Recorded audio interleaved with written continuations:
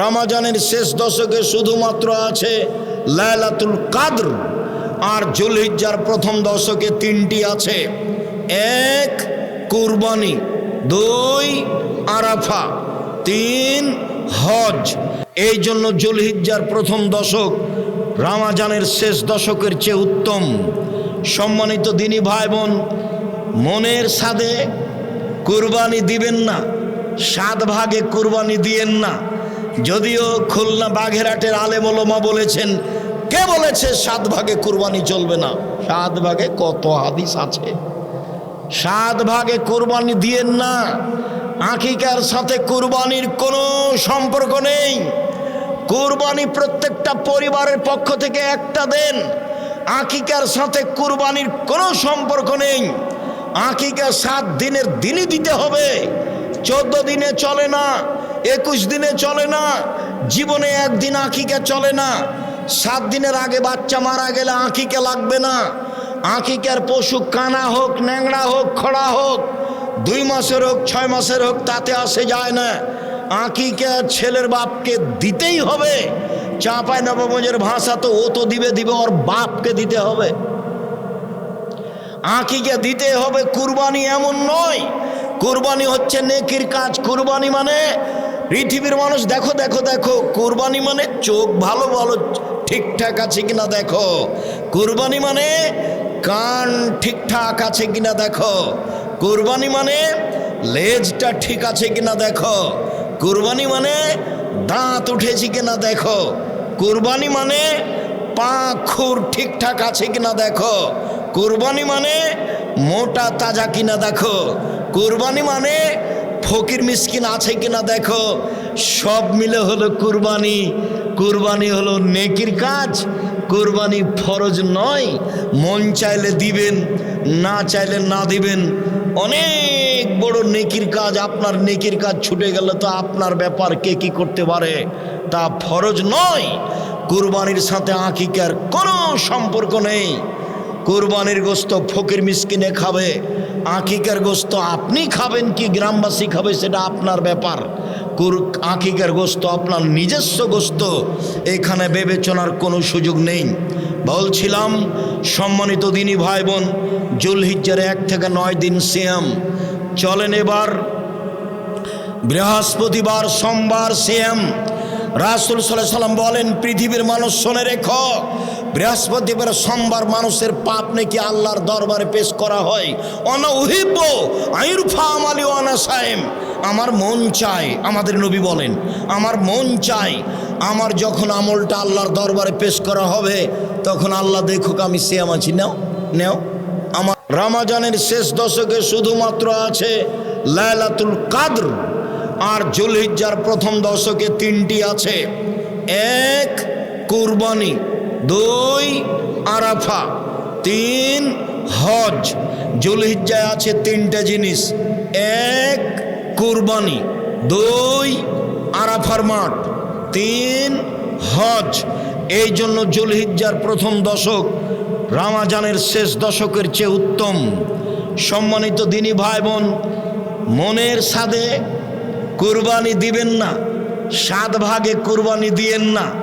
যদিও খুলনা বাঘেরহাটের আলেম ওলামা বলেছেন, কে বলেছে 7 ভাগে কুরবানি চলবে না? 7 ভাগে কত হাদিস আছে। 7 ভাগে কুরবানি দিয়েন না। আকিকার সাথে কুরবানির কোনো সম্পর্ক নেই। কুরবানি প্রত্যেকটা পরিবারের পক্ষ থেকে একটা দেন। আকিকার সাথে কুরবানির কোনো সম্পর্ক নেই। আকিকা 7 দিনের দিনই দিতে হবে। 14 দিনে চলে না, 21 দিনে চলে না, জীবনে একদিন আকিকা চলে না। 7 দিনের আগে বাচ্চা মারা গেলে আকিকা লাগবে না। আকিকার পশু কানা হোক, ন্যাংড়া হোক, খড়া হোক, 2 মাসের হোক, 6 মাসের হোক, তাতে আসে যায় না। আকিকা ছেলের বাপকে দিতেই হবে। চাঁপাই নবাবগঞ্জের ভাষা তো ও তো দিবে ওর বাপকে দিতে হবে। আকিকা দিতে হবে। কুরবানি এমন নয়। কুরবানি হচ্ছে নেকির কাজ। কুরবানি মানে পৃথিবীর মানুষ দেখো দেখো দেখো। কুরবানি মানে চোখ ভালো ভালো ঠিকঠাক আছে কিনা দেখো। কুরবানি মানে কান ঠিকঠাক আছে কিনা দেখো। কুরবানি মানে লেজটা ঠিক আছে কিনা দেখো। কুরবানি মানে দাঁত উঠেছে কিনা দেখো। কুরবানি মানে পা খুর ঠিকঠাক আছে কিনা দেখো। কুরবানি মানে মোটা তাজা কিনা দেখো। কুরবানি মানে ফকির মিসকিন আছে কিনা দেখো। সব মিলে হলো কুরবানি। কুরবানি হলো নেকির কাজ। কুরবানি ফরজ নয়, মন চাইলে দিবেন, না চাইলে না দিবেন। অনেক বড় নেকির কাজ। আপনার নেকির কাজ ছুটে গেলে তো আপনার ব্যাপার, কে কি করতে পারে, তা ফরজ নয়। কুরবানির সাথে আকিকার কোনো সম্পর্ক নেই। কুরবানির গোশত ফকির মিসকিনে খাবে, আকিকার গোশত আপনি খাবেন কি গ্রামবাসী খাবে সেটা আপনার ব্যাপার। আকিকার গোশত আপনার নিজস্ব গোশত, এখানে বিবেচনার কোনো সুযোগ নেই। বলছিলাম সম্মানিত দিনী ভাই বোন, জুলহিজ্জার 1 থেকে 9 দিন সিয়াম চলেন। এবার বৃহস্পতিবার সোমবার সিয়াম। রাসূল সাল্লাল্লাহু আলাইহি সাল্লাম বলেন, পৃথিবীর মানুষ শুনে রেখো, বৃহস্পতিবার সোমবার মানুষের পাপ নাকি আল্লাহর দরবারে পেশ করা হয়। অনা উহিব্ব আইরফা আমালি ওয়ানা সাইম।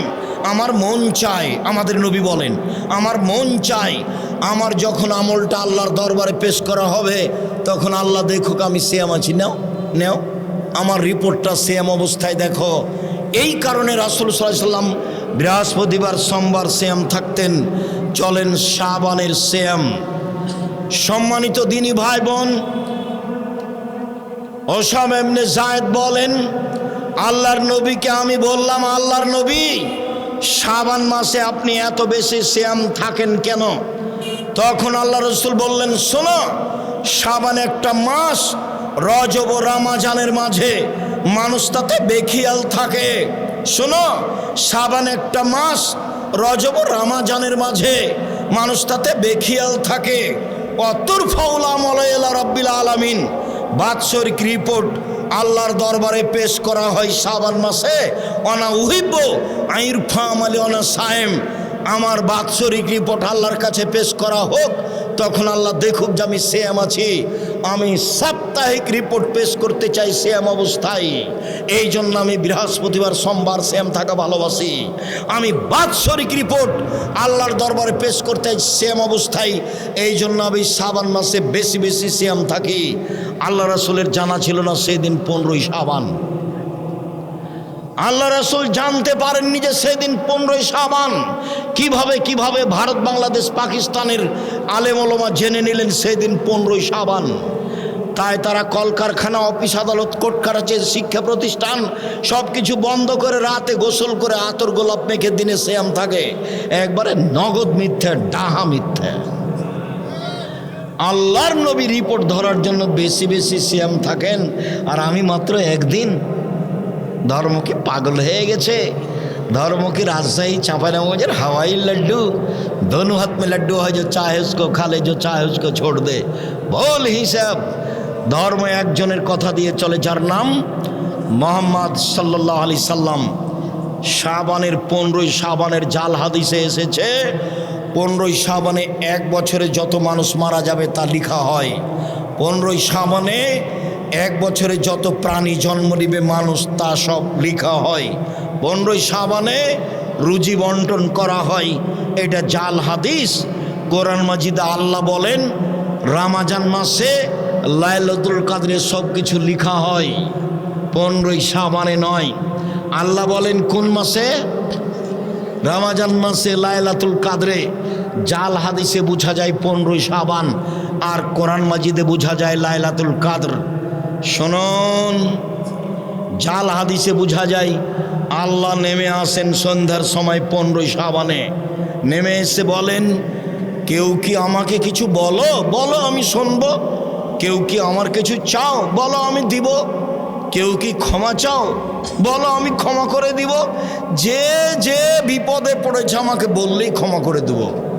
জাল হাদিসে এসেছে সন্ধ্যার সময় নেমে আসেন, আর বুখারী মুসলিমের হাদিসে এসেছে আল্লাহ তাআলা প্রত্যেক রাতের 3 ভাগের 2 ভাগ পার হওয়ার পরে শেষ রাতে নেমে আসেন।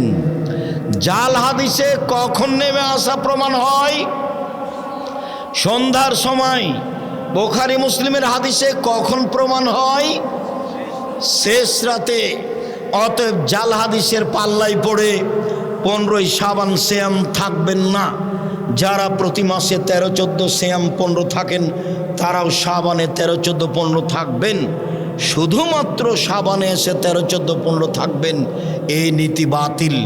আশা যে নফল সিয়াম পালন করে আল্লাহকে সন্তুষ্ট করার চেষ্টা করছেন।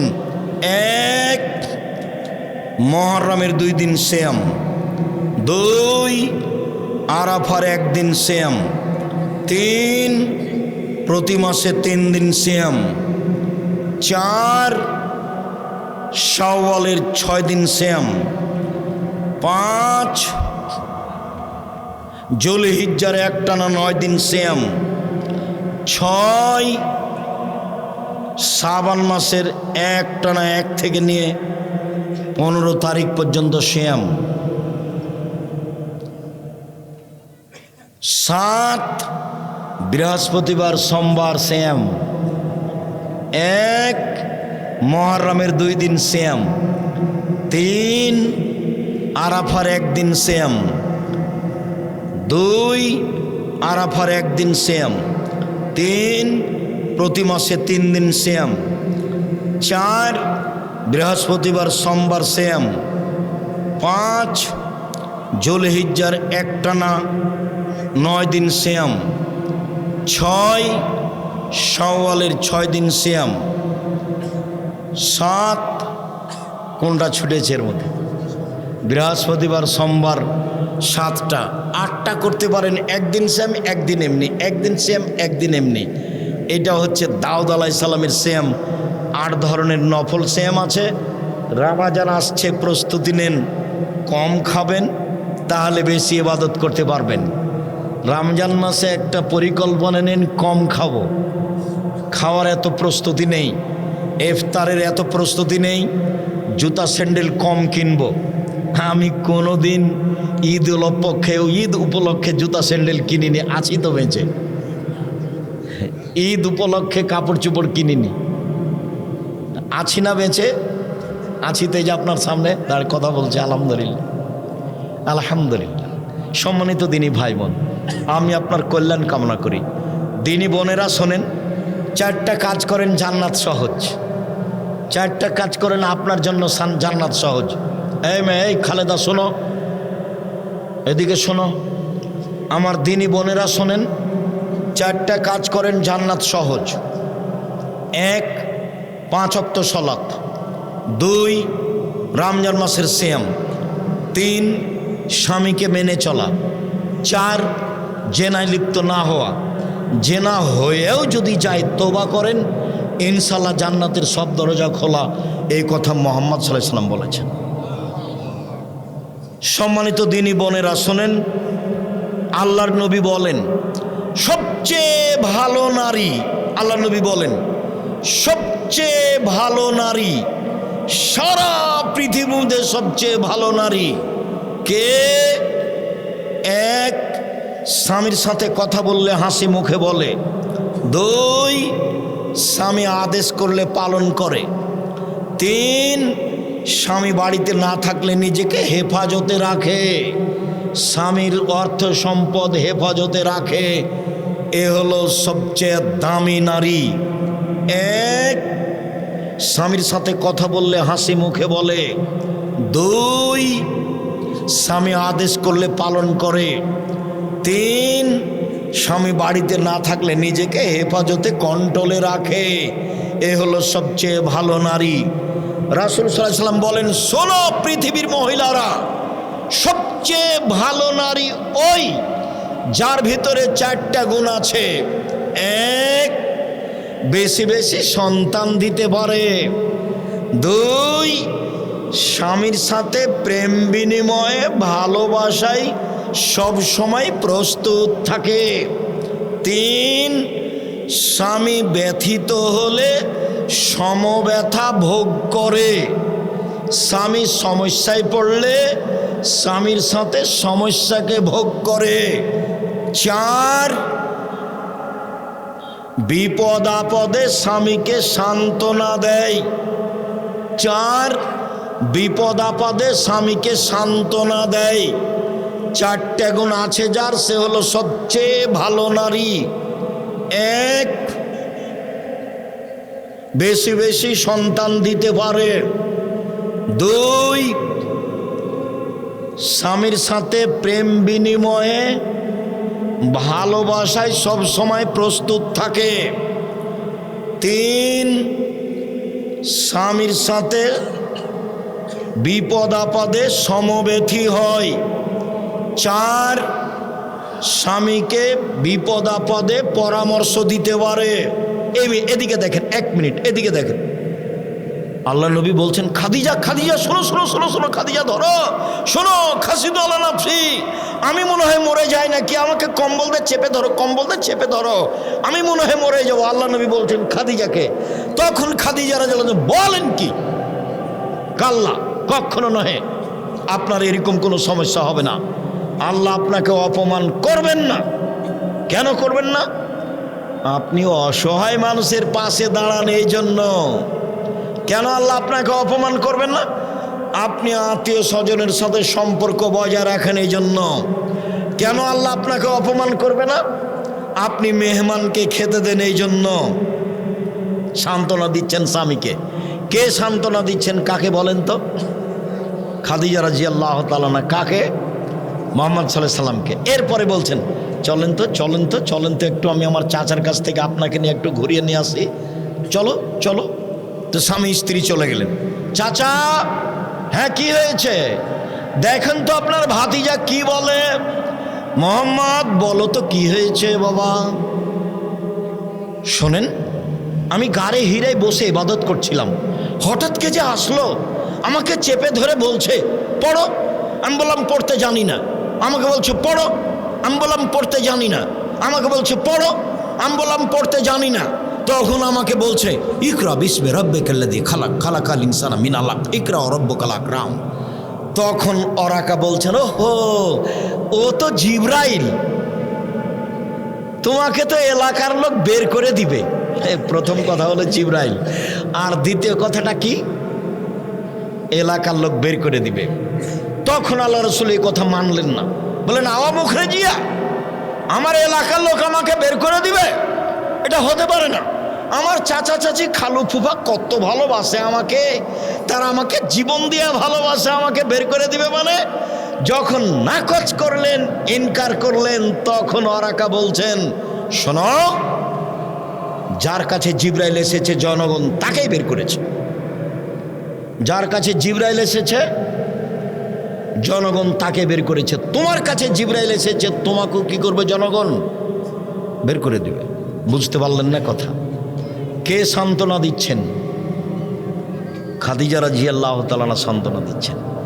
রাসূল সাল্লাল্লাহু আলাইহি সাল্লাম বললেন, নবীরা জান্নাতে যাবে, সিদ্দিক জান্নাতে যাবে, শহীদ জান্নাতে যাবে, মহিলারা জান্নাতে যাবে, যারা স্বামীর সাথে ভালো আচরণ করে তারা জান্নাতে যাবে। সম্মানিত দিনী বোন, আমাদের পক্ষ থেকে কিছু করার নেই। রাসূল সাল্লাল্লাহু আলাইহি সাল্লাম এভাবেই বলেছেন, আপনার স্বামীর মুখটা যতই খারাপ হোক, আপনাকে যতই গালি দেখ, আপনি স্বামীকে মেনে চলেন, ভালো হবে। শেষ পর্যন্ত যদি নাই মানতে পারেন, খোলা তালাক নেন, ঝুলন্ত থাকিয়েন না।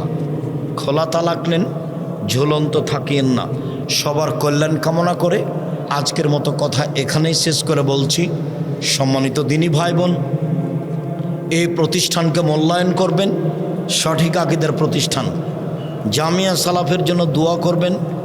মাদ্রাসায় ছাত্রীদের থাকতেও পাঠদান করতে খুব কষ্ট হচ্ছে, একটু জায়গা ক্রয় করা একান্ত প্রয়োজন, একটু দানের জন্য বলেন। অবশ্যই আরও অবশ্যই এই চাদর পাঠানো হয়নি না? তাহলে যখন আমি কথা বলা আরম্ভ করি তখন দিতে হতো। আর এই যে আব্দুল্লাহর বই আছে, আমার দিনী বোনেরা অনেকে আছেন, আদর্শ পরিবার নিয়ে যান, আপনার জন্য লেখা হয়েছে। মরণ একদিন আসবে, স্টেজের পিছনে আছে, আপনার জন্য বইগুলো নিয়ে আসা হয়েছে, নিয়ে যান। আর সদাচরণ, আর দেখেন তো নামাজ শিক্ষা বইটা আছে কিনা আমার, আর উপদেশ, এই বইগুলো থাকার কথা। আল ইতেসাম পত্রিকা 50টা প্রশ্নের উত্তর আছে। আপনার জন্য আল ইতিসাম পত্রিকা নিয়ে আসা হয়েছে, আপনাদের টাকা দিয়ে ছাপানো হয়। আমার দিনী ভাই বোনদেরকে অত্র প্রতিষ্ঠানের জন্য দান করার অনুরোধ জানিয়ে, বইগুলি সংগ্রহ করার অনুরোধ জানিয়ে, আজকের কথা মেনে চলার অনুরোধ জানিয়ে বিশেষভাবে নফল সিয়াম পালন করার, বিশেষভাবে বৃহস্পতিবার সোমবার এই 2 দিন সিয়াম পালন করার আন্তরিকভাবে অনুরোধ জানিয়ে আপাতত আজকের মতো কথা এখানে শেষ করলাম। সুবহানাকা আল্লাহুম্মা ওয়া বিহামদিকা আশহাদু আল্লা ইলাহা ইল্লা আনতা আস্তাগফিরুকা ওয়া আতুবু ইলাইক। এক ভাই আশরাফুলের ছেলে হাফিজুর রহমান মারা গেছেন, ওর জন্য আমরা দোয়া করি। আশরাফুল ভাইয়ের ছেলে হাফিজুর রহমান মারা গেছে, দোয়া চেয়েছে আপনার কাছে। আল্লাহুম্মা মাগফির লাহু ওয়ারহামহু, আমরা তার জন্য দোয়া করে আল্লাহ তাকে তুমি মাফ করো। আসসালামু আলাইকুম। কেউ কেউ বলেন তারাবির সালাত জামাতে আদায় করা বিদাত। বিদাত নয়, জামাতে তারাবির সালাত আদায় করার অনেক হাদিস আছে, অনেক। তবে একাই পড়া উত্তম। ভোর রাতে একাই পড়বেন তারাবির সালাত।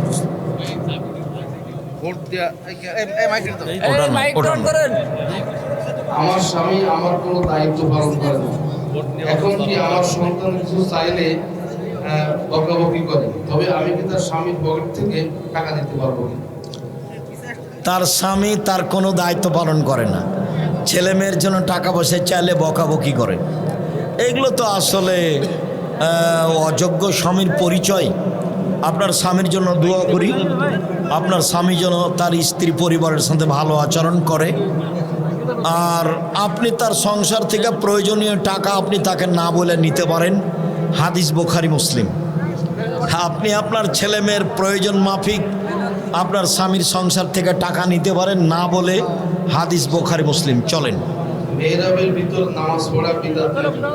হ্যাঁ, মেহরাবের ভিতর নামাজ পড়া, মেহরাবের ভিতরে সালাত আদায় করা যায়, যায় না মর্মে যে হাদিস আছে জাল। তবে মসজিদে মেহরাব করার চেয়ে না করাই ভালো। মসজিদে মেহরাবের কোনো স্পষ্ট প্রমাণ নেই, করে ফেললে ভাঙতে হবে না। ভিতরে সালাত আদায় করলে, ইমামতি করলে কোনো সমস্যা নেই। চলো। সালাতে কান্না চলে আসলে কান্না করা যাবে কি? সালাতে কান্না আসবে এটাই ভালো।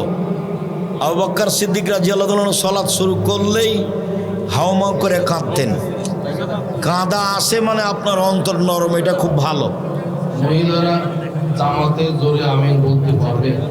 মহিলারা জামাতে সালাত আদায় করলে আমিন জোরে, ওইভাবে জোরে বলবে না, স্বাভাবিক কণ্ঠে বলবে যা তারা শুনতে পাচ্ছে। চলো। অনেক বদমেজাজি, কোন আমল করলে ভালো হবে? হ্যাঁ, আমার স্ত্রী অনেক বদমেজাজি, কোন আমল করলে ভালো হবে? আমার এক ভাইয়ের স্ত্রী খুব বদমেজাজি, কোন আমল করলে ভালো হবে? আপনি বেশি বেশি আদর করেন, ভালো হবে ইনশাআল্লাহ। আর আল্লাহকে বলেন, আল্লাহ তুমি আমার স্ত্রীকে একবারে খাদিজা, একবারে আয়েশার মতো করে দাও। কান্নাকাটি করে বলেন, হাত তুলে দোয়া করে। আমরা দোয়া করি যেন আপনার স্ত্রী ভালো হয়ে যায়। আল্লাহুম্মা আমিন। জানাজার সালাতে চতুর্থ তাকবীর হয়নি, সালাত হবে কি? জানাজার সলাতে চতুর্থ তাকবীর হয়নি, সলাত হবে কি? জি।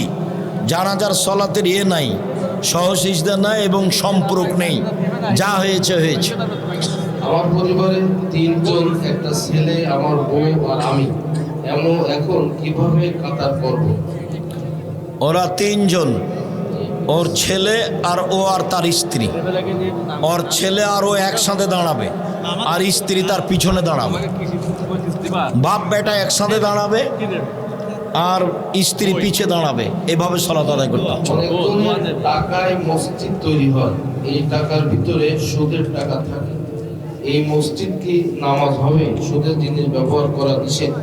আপনারা সুদের টাকা না লাগানোর চেষ্টা করবেন। লাগিয়ে দেওয়া হয়েছে, মসজিদ ভেঙে ফেলতে হবে না, সালাত আদায় করেন। আপনাদের সালাত হবে, যারা সুদের টাকা দিয়েছে তাদের নেকি হবে না। ছেলেদের মেহেদি লাগানো কি জায়েজ আছে? ছেলেদের মেহেদি লাগানো জায়েজ নয়। ছেলেদের মেহেদি যা লাগানো জায়েজ নয়, মহিলাদেরকে মেহেদি লাগাতেই হবে। হাতের নখে তো লাগাতে হবে, পায়ের নখেও লাগাতে হবে। মহিলাদেরকে মেহেদি লাগাতেই হবে, জরুরি। রাগের কারণে যদি স্বামী তালাক বলে তাহলে কি তালাক হবে? স্বামী যদি রাগ করে তালাক বলে তাহলে কি তালাক হবে? জি, তালাক রাগ করে বললেও হবে, মজাক করে বললেও হবে, যেইভাবে বলুক তালাক শব্দ উল্লেখ করলে তালাক হবেই। চলো, একটি গরু কুরবানির জন্য মানা হয়েছে, হঠাৎ গরুটি কুরবানির পূর্বে অসুস্থ হয়ে পড়ে, তাই গরুটি জবাই করে মানুষের দিকে দেওয়া হয়। এখন কুরবানি দেওয়া লাগবে কিনা? কোরবানি রেখেছিল, অসুস্থ হয়ে জবাই করে মানুষকে খাওয়িয়ে দিয়েছে, কোনো সমস্যা নাই। এখন পারলে দেন, না পারলে না দেন, ওটা কুরবানি হয়নি। কুরবানি তো ফরজ নয়। ধীরে কথা বলেন। হ্যাঁ, তায়াম্মুম কিভাবে করতে হবে? তায়াম্মুম বিসমিল্লাহ বলে 2 হাত মাটির উপরে রাখবেন বা ঢেল নিয়ে এভাবে করবেন। তারপরে দুইটাই পদ্ধতি, ডান হাত বাম হাতের উপরে দিয়ে, বাম হাত ডান হাতের উপরে দিয়ে মুখের উপরে বাটবে। তাহাজ্জুদ নামাজ অসুস্থ ব্যক্তির জন্য ইশারায় পড়া যাবে না, ইশারার পরে পড়া যাবে না কি শেষ রাতে পড়তে হবে? তাহাজ্জুদ শেষ রাতে পড়াই উত্তম। এশার সালাতের পর থেকে নিয়ে ফজর পর্যন্ত চলে, শেষ রাতে উত্তম তাহাজ্জুদ। তাসবিহ গণনা করার জন্য কোন আঙ্গুল দ্বারা শুরু করতে হবে? ডান হাত, আঙ্গুল নেই, যেটা ভালো লাগে। ডান হাত তাসবিহ, আঙ্গুল হিসাব নেই, যেটা ভালো লাগে, যেটা ভালো লাগে। চলে, কাবাঘর অথবা আল্লাহ লেখা যেসব ছবি, সেই সব ছবি ঘরে রাখা যাবে কি? আল্লাহ লেখা এরকম ছবি এসব কাগজ ঘরে রাখা যাবে না। আল্লাহ আকবার হতে হবে, আল্লাহ আকবার। আল্লাহ মোহাম্মদ এগুলো লেখা যাবে না, এগুলো আকীদা নষ্ট, বিদআত, হারাম, কাবিরা গুনাহ। আমরা যার কামলা খাটি তাকে কি মালিক বলা যাবে? যাদের কামলা খাটো তাকে মালিক বলা যাবে, সমস্যা নেই। সৈয়দ, মালিক, নেতা, সর্দার। উঠে যাওয়া চুল কি বিক্রি করা যাবে? হ্যাঁ, উঠে যাওয়া চুল বিক্রি করা যাবে? না, মানুষের মহিলাদের চুল সম্মানিত, চুল বিক্রি করা হারাম। মহিলাদের চুল বিক্রি করা হারাম, মহিলাদের চুল বিক্রি করা হারাম, পরচুলা ব্যবহার করা হারাম। আমাদের এলাকায় জানাজার নামাজের পূর্বে কথা বলা হয়, এ ব্যাপারে যদি কিছু বলতেন। আপনার কথা বলেন। আমাদের এলাকায় জানাজার নামাজের পূর্বে কথা বলা হয়, এ ব্যাপারে যদি কিছু বলতেন। জানাজার সলাতের পূর্বে বক্তব্য হারাম। চেয়ারম্যান, মেম্বার, এমপি, মন্ত্রী, বড় হুজুর, মাঝকল হুজুর, সাজকল হুজুর সব হারাম। শুধু বলবে যে কোনো যদি ঋণ থাকে, ইমাম সাহেবও বলতে পারে, তার ছেলে, তার বেটা, যেই হলো বলতে পারে, তার বাপ ভাই বলতে পারে, কোনো ঋণ থাকলে আমাকে বললে পরিশোধ করব। ঋণের কথাটা উল্লেখ হয়েছে জানাজার পূর্বে, আর কোনো কথা নেই। বাস ঋণের কথার সাথে 2-1টা কথা বললো, আপনাদের 2-1টা কথা। যিনি ইমামতি করবেন তিনি, বক্তব্য না চায়। কথা বলতে হবে না। আমার ছেলের বয়স 20 বছর, ও ফিক্সিসল খেয়ে মারা গেছে। ফিক্সল খাওয়ার 8 ঘন্টা পরে মরার আগে ওকে আমি তওবা পড়িয়েছি, ও আমার সাথে তওবা করেছে, ওর কি ক্ষমা হবে? বিষ খেয়ে মারা যাওয়াটা মানে আত্মহত্যা, মহাপাপ। আত্মহত্যা করা মানুষেরা জাহান্নামে যাবে, এটাই ঠিক। তবে তারা মোরতাদ নয়, মানে ধর্মত্যাগী নয়। আপনি যেভাবে বলছেন তা তো ভালো মনে হচ্ছে। আপনার ছেলে কথা বলেছে, তওবা করেছে, তারপরে মারা গেছে। আশা করা যায় সে ভালো ফল ভোগ করবে ইনশাআল্লাহ। আল্লাহ তুমি কবুল করো, আল্লাহুম্মা আমিন। হানাফি মসজিদে টাকা মানত করেছিলাম, দেওয়া কি ঠিক হবে? দেন, চলো। সূরা ফাতিহার কি দলিল হবে নাকি জওয়ালিল হবে? অন্তস্থ জ বাংলা অক্ষর, দ নয়। দ এরকম কোনো অক্ষর আরবিতে নেই যেটা দ দিয়ে উচ্চারণ দেখাতে হবে, অন্তস্থ জ দিয়ে দেখাতে হবে।